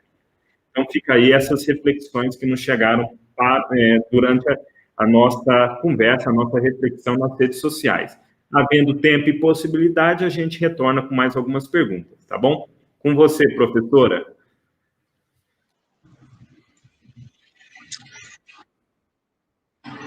Então, eu agradeço as perguntas, as contribuições.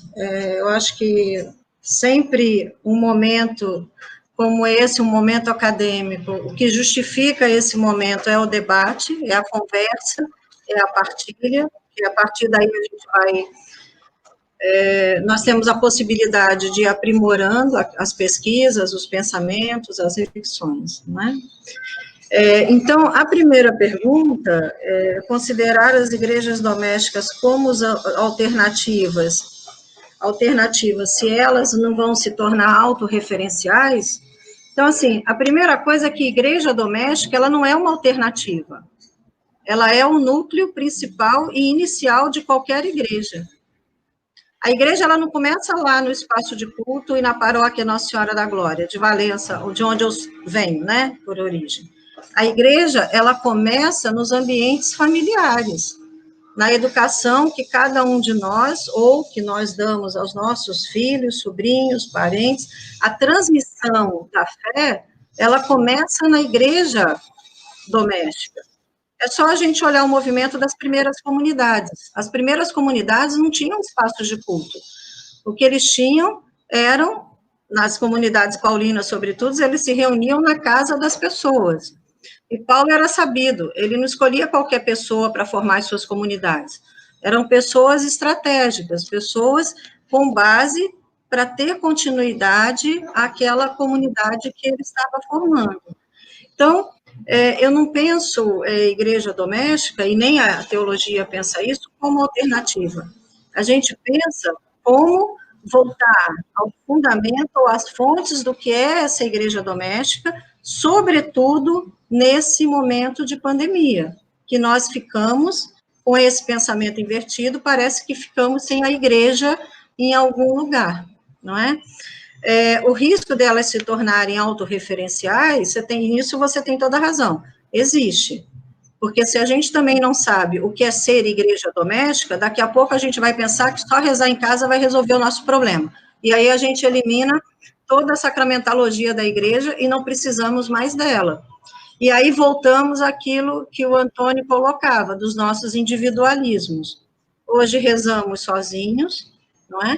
E aí distorcemos aquilo que é próprio do cristão, que é ser em comunidade, não é? Não existe cristão do eu sozinho, não é? Quer dizer, a pessoa pode até pensar que existe, mas na essência teológica, isso está longe de ser aquilo que é próprio do cristianismo, não é?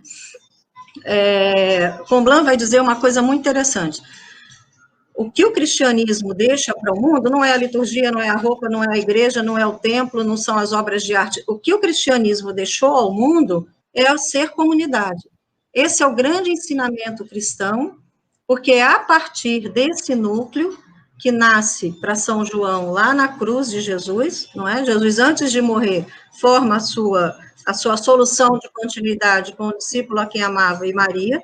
Então, a partir desse núcleo é que se inicia o que hoje na teologia, e eu nem gosto desse termo, mas enfim, é de onde se inicia essa transmissão dessa fé que chega até nós.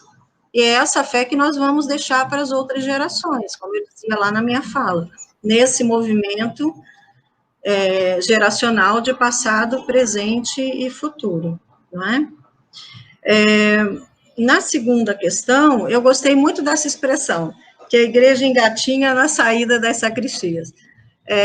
Mas eu acho que nós já estamos dando os passos, né? A gente ainda já não está mais só engatinhando. Vamos ser justos também, não é?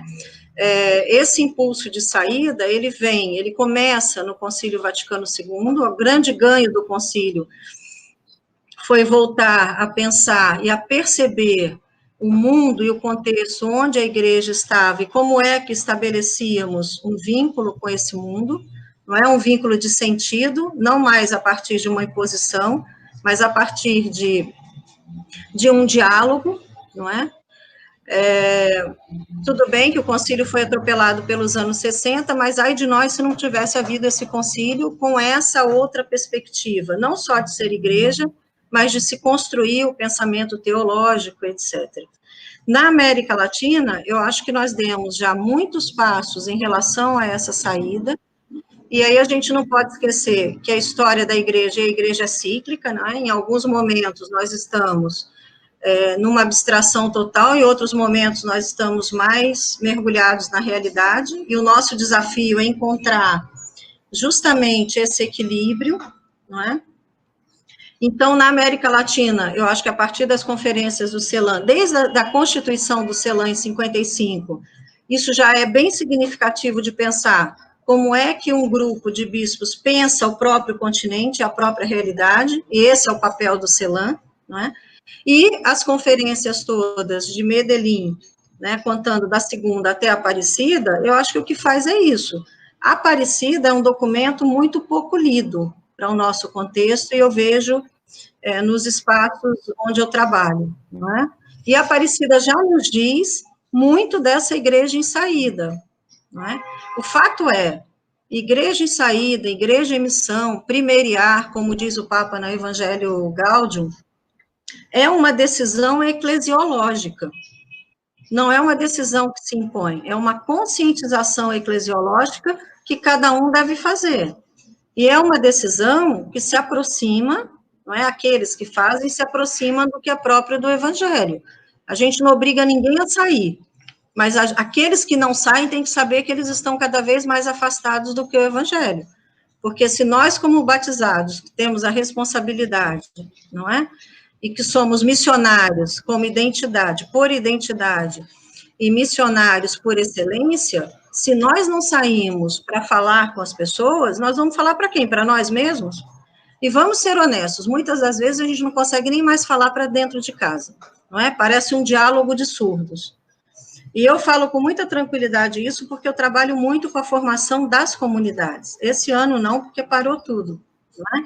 Então, há uma dificuldade de comunicação dentro das comunidades que tem hora que eu fico surpresa, assim, não é? Claro, a gente depois vai sugerindo com muita delicadeza, né, eu chamo de muita caridade pastoral, mas há essa limitação, não é? Então, eu tenho para mim que a gente não está mais só engatinhando, não é? Como também eu acho que tem gente que nem engatinhando está, e eu acho que essa também é uma riqueza da igreja, né? Tem de tudo no nosso meio.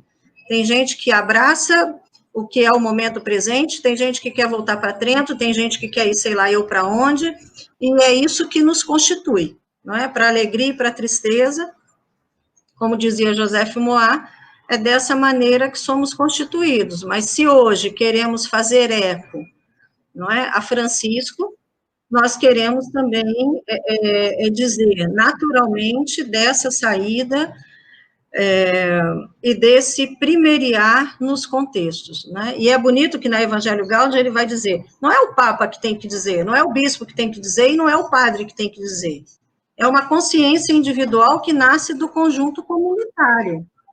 Né? Nós estamos muito acostumados, as comunidades, a ficar esperando uma coisa doutrinal, assim, né? Não da doutrina da igreja, mas da doutrina de outros.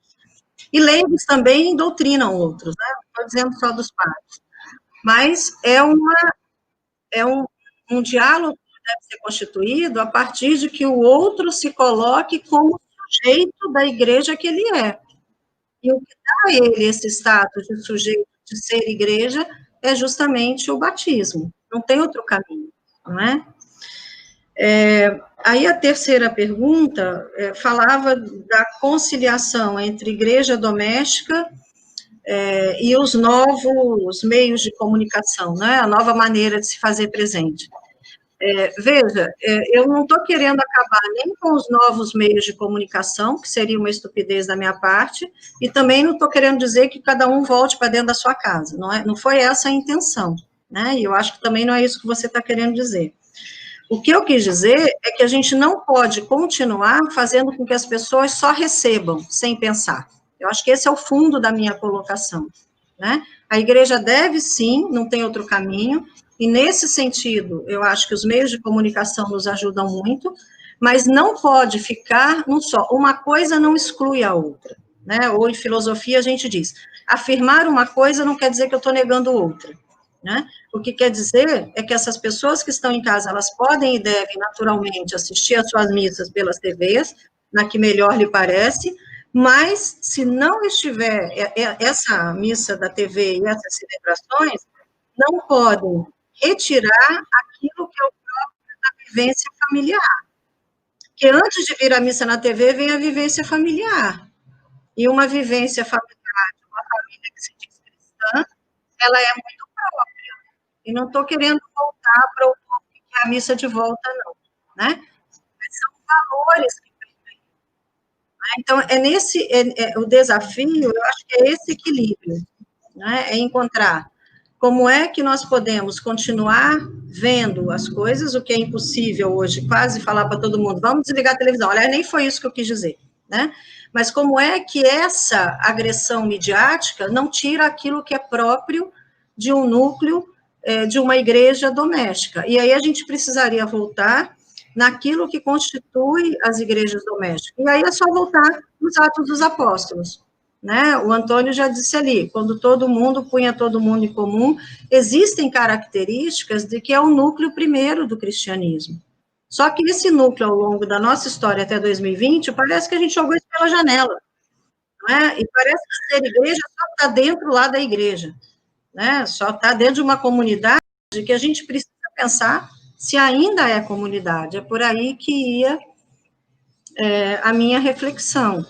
Então, para essa última pergunta, para terminar, eu digo, é um desafio contextual, não é? Eu acho que teologia prática e teologia da missão, teologia pastoral, não é fórmula e não tem receita pronta, né? É um desafio, são construções que eu acho que esse momento pandêmico, estou segura disso, nos permite, aqueles que já não estão engatinhando e que querem caminhar fora da igreja, que nos permite, então, a refazer. Eu não sei se eu ajudei ou se eu atrapalhei mais a vida do povo de Deus, né? Mas, pelo menos, por essa perspectiva que eu vejo essas três colocações primeiras.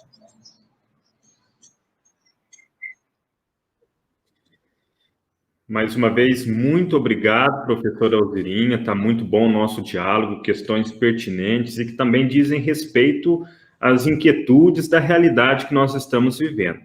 A Lúcia, que também participa conosco via YouTube, ela comenta uma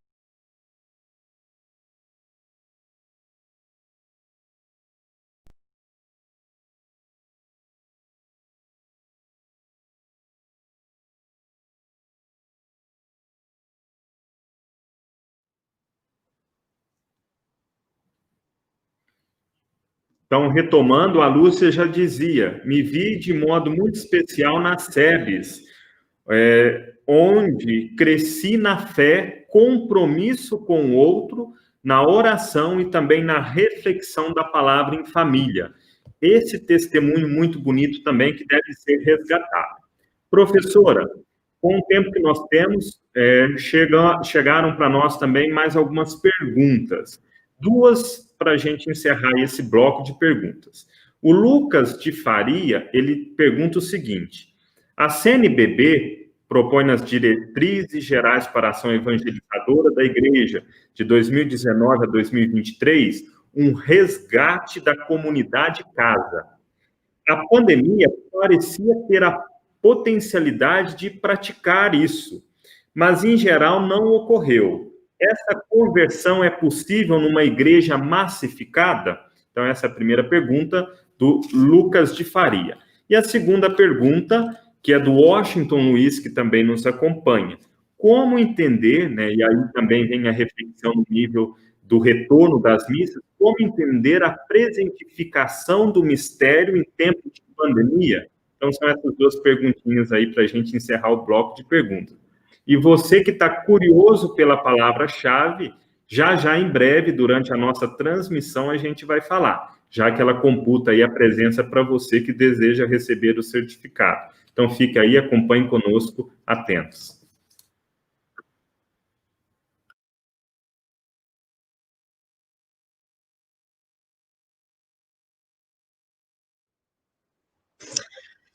Então, antes de responder essas 3 perguntas, eu, sem querer, saltei o comentário lá do Salles Melo, aquele primeiro comentário que você fez, né?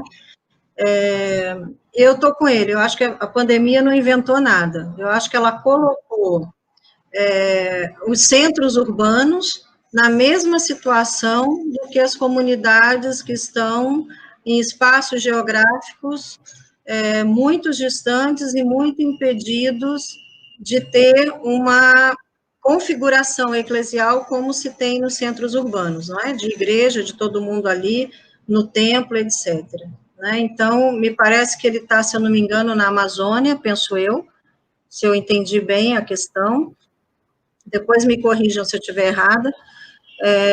Uma região que eu conheço um pouco, mas conheço mais a prelazia de São Félix do Araguaia, que já funcionava, não é, pelo trabalho dos leigos e pela distância geográficas que tem. Muitas das vezes as pessoas celebravam ali fisicamente, que eu digo, com missa e etc., dentro da celebração da Eucaristia a cada 3 meses e assim mesmo com muito boa vontade, não é? Porque as distâncias são muito longas. Quando a gente retoma a questão das SEBs, eu acho que todos esses valores que a pessoa formulou de compromisso, reflexão, pastoral, família e etc., as SEBs eu vejo como um desdobramento de uma igreja familiar, não é? As SEBs é um núcleo de várias famílias, né? E ao longo, ao contrário do que algumas pessoas pensam, as SEBs não acabaram, não é? Elas continuam e a diferença é que uma família nuclear, ela pensa as suas questões, e as SEBs, com um núcleo de várias famílias, pensam as questões comunitárias ligadas aos seus contextos, às suas demandas, às suas dificuldades sociais, econômicas, enfim, que atingem todo aquele grupo, não é? E isso reverte, de alguma forma, também para os núcleos familiares, não é? Quando, se eu não me engano, Lucas, o nome do rapaz, ele coloca, né, que a CNBB, ela volta à ideia das comunidades casa, porque essa ideia, ela nunca saiu, não é? A CNBB não cria isso, não é? Essa é uma ideia própria do Evangelho. Então, ela retoma isso. E aí, eu acho que em algum momento, se eu não me engano, ele coloca, mas isso não aconteceu muito porque estávamos numa ideia de uma igreja massificada, não é? E é verdade isso. Né? E essa pandemia, ela veio justamente romper essa ideia de que igreja que está dando certo é a igreja que tem muita gente dentro, e que isso é ser igreja.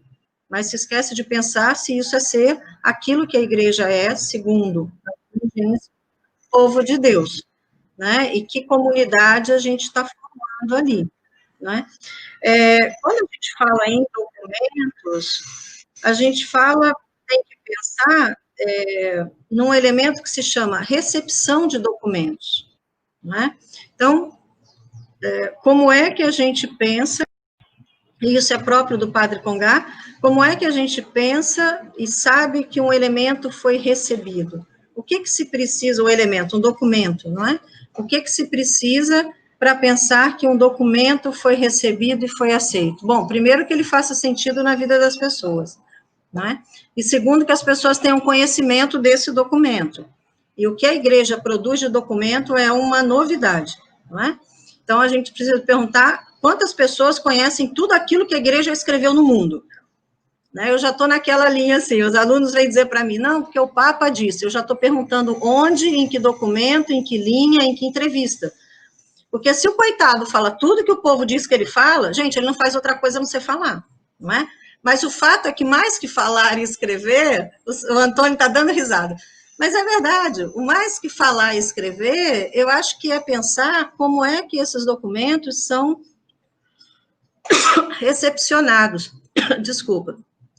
Recepcionados precisa ser lidos e contextualizados onde nós estamos e nos espaços onde nós estamos, tal como foi feito em Medellín, não é? Medellín trabalha a releitura da Igreja Latino-Americana à luz do contexto do Vaticano II. E o título do documento é À Luz do Vaticano II. Quer dizer, foram feitas uma série de documentos no Vaticano II. Está ótimo. E agora, como é que a gente olha para o nosso contexto e vê daqui para frente como é que nós nos engajamos dentro dessas novas orientações, não é? Então, talvez esse seja um primeiro elemento, um elemento também a ser pensado, quando a gente fala de uma não aceitação, não é, daquilo que estão nos nossos documentos. Agora, a terceira pergunta do Washington, a transmissão cortou e eu não sei se eu entendi bem. De presentificação, é esse o termo? Se alguém puder me ajudar ou repetir a pergunta, eu agradeço, porque realmente... Ação do mistério. Creio que talvez seja no sentido de muitas pessoas reclamarem, né, da falta da missa, de estar ali presente na Eucaristia, naquilo que a senhora também já iniciava no início da sua exposição, a questão da igreja sacramental, ali, falando mais propriamente do rito litúrgico. Então, a presentificação do mistério, você não tem como ir na missa, como que faz durante esse tempo da pandemia. Eu acho que foi mais nesse sentido. Entendi. Esse termo presentificação, de fato, para mim, me parece novo, mas indo nisso que você me ajudou, e aí a Maria Clara, que eu acho que fala amanhã, que vai falar de pandemia e mística, eu acho que a pergunta deve ser retornada também para ela, não é? Mas a mística, ela permanece independente do sacramento estar acontecendo ou não. Não é? Porque senão, a hora que a gente saísse da igreja, depois que termina a mística acaba e aquilo deixa de fazer sentido. Uma das características da mística, e outros vão dizer, né, da espiritualidade, se vocês preferirem assim, e tem diferença entre um outro, mas vamos colocar aqui tudo no mesmo pé, da mística ou da espiritualidade, é a percepção da continuidade, não é? Quer dizer, aquilo que celebramos, que é o que eu dizia na minha fala, não é? A missa não é o fim, não é? Eu não passo a semana inteira para ir lá celebrar a missa, eu passo a semana inteira para ir lá celebrar a minha semana na presença eucarística de Jesus, é outra história, não é? E é essa presença eucarística que me impulsiona, de maneira mística ou espiritual, a seguir a próxima semana, tanto que a gente diz que a missão começa na hora que a gente sai da igreja. Eu espero, em Deus, que a gente deixe de engatinhar, eu gostei bem dessa expressão, que a gente deixe de sair engatinhando da igreja e saia andando como homens e mulheres e sujeitos, leigos, leigas, religiosos, padres, bispos, tal, que somos, não é? De qualquer forma, eu acho que não é um como se apresenta na pandemia, não é?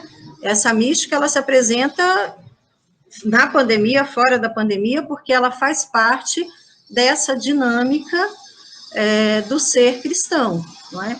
De qualquer forma, Washington, eu acho que amanhã, se eu não me engano é amanhã, enfim, o dia que a Maria Clara vier falar, e ela vai falar justamente sobre essa mística, e ela trabalha muito bem esse elemento, eu acho que ela é a pessoa mais apta, inclusive, para talvez contribuir com mais elementos a essa sua reflexão, não é? Ou a essa sua demanda.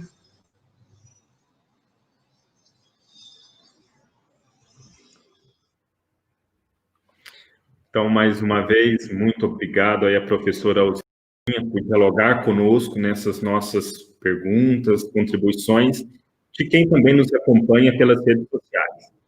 Nós estamos chegando ao final do segundo dia da nossa Semana Teológica. Por isso, queremos agradecer a todos vocês, alunos, visitantes, que estão aqui participando da nossa Semana Teológica aqui pelo ITESP. Também agradecemos de modo especial ao Diretório Acadêmico Papa Francisco, que não mediu esforços para promover essa nossa semana também com todos os esforços possíveis. Também, para vocês que são alunos da nossa instituição, a gente está usando um esquema da palavra-chave, ou seja, para que a sua presença seja computada e gere o certificado no nosso instituto, você precisa entrar no Facebook do Diretório Acadêmico, escrever a palavra-chave, coloca seu nome e o ano acadêmico que você estuda. E também, todos vocês que não são da nossa instituição, vamos lá, a palavra-chave de hoje é lugar de. Você está acompanhando a Semana Teológica do Instituto Teológico São Paulo. Amanhã voltaremos a nos encontrar aqui às 8 horas da manhã. Não perca mais um momento de reflexão, conhecimento. Também agora gostaríamos de agradecer a professora Alzirinha Rocha, que hoje contribuiu muito bem para a nossa reflexão, para o nosso aprendizado, um diálogo muito bom, muito pertinente, que discute em vários âmbitos, sobretudo da teologia prática, da nossa praxis pastoral, também da nossa reflexão teológica nesse tempo de pandemia. Foi muito boa a conversa, nós tivemos comentários muito positivos e também uma excelente participação.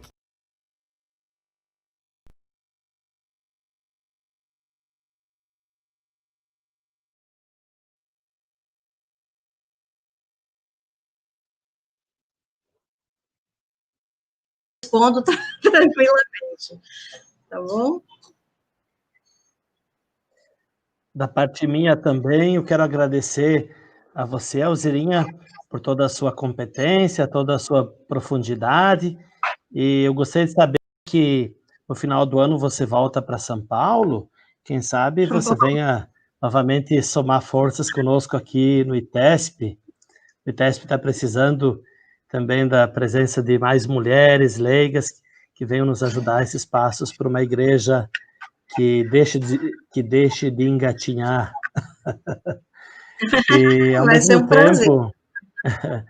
mesmo tempo foi muito bom também aqui compartilhar essa mesa com o Thales, com a Vanessa.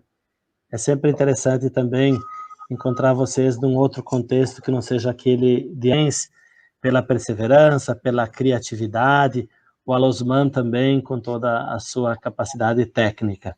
Muito obrigado e vamos adiante porque a semana promete.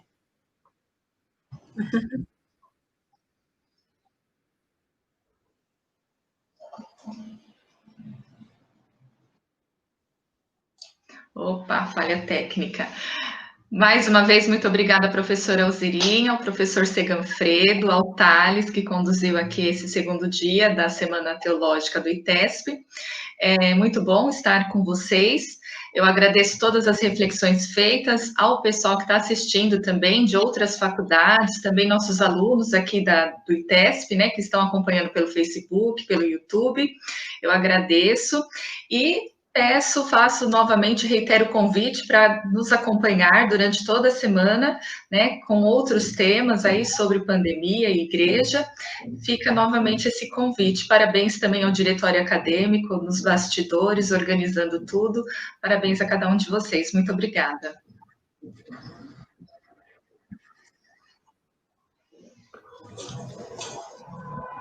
Que coisa boa, muito boa a nossa reflexão hoje. Nós que agradecemos a vocês por essa oportunidade, por terem aceitado o nosso convite e terem participado conosco hoje nessa reflexão que foi muito boa. E a você que nos acompanha, continue essa reflexão a partir do que foi discutido, né? A igreja, nesse tempo de pandemia, quais as mudanças possíveis? Não percamos a referência da experiência comunitária de fé, que também se faz presente na nossa vida, nos espaços. Nós pedimos desculpas pelas falhas de conexão que às vezes acontecem e também por não terem, às vezes, respondido a todos os comentários e perguntas que nos chegaram. Isso é sinal de boa participação. Então, nosso muito obrigado a vocês também.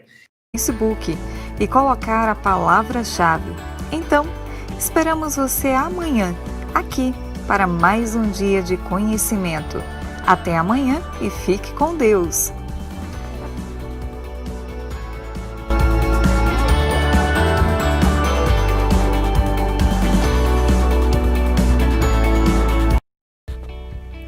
Você está acompanhando a Semana Teológica do Instituto Teológico São Paulo. Amanhã voltaremos a nos encontrar aqui, às 8 horas da manhã. Não perca mais um momento de reflexão, conhecimento e aprendizado. Não esqueça de entrar lá no DA Papa Francisco no Facebook e colocar a palavra-chave.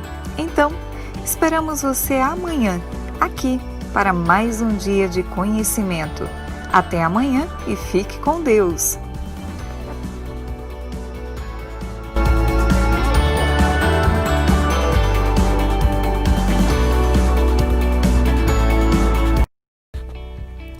Você está acompanhando a Semana Teológica do Instituto Teológico São Paulo. Amanhã voltaremos a nos encontrar aqui, às 8 horas da manhã. Não perca mais um momento de reflexão, conhecimento e aprendizado.